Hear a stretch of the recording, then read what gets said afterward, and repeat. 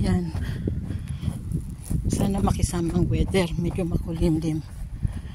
Ayun, dumating na yung mga taong hinahan namin para mag-harvest. Hindi ko alam kung ilan sila, pero marami. Ito ang hirap mag-harvest dito kasi paakyat.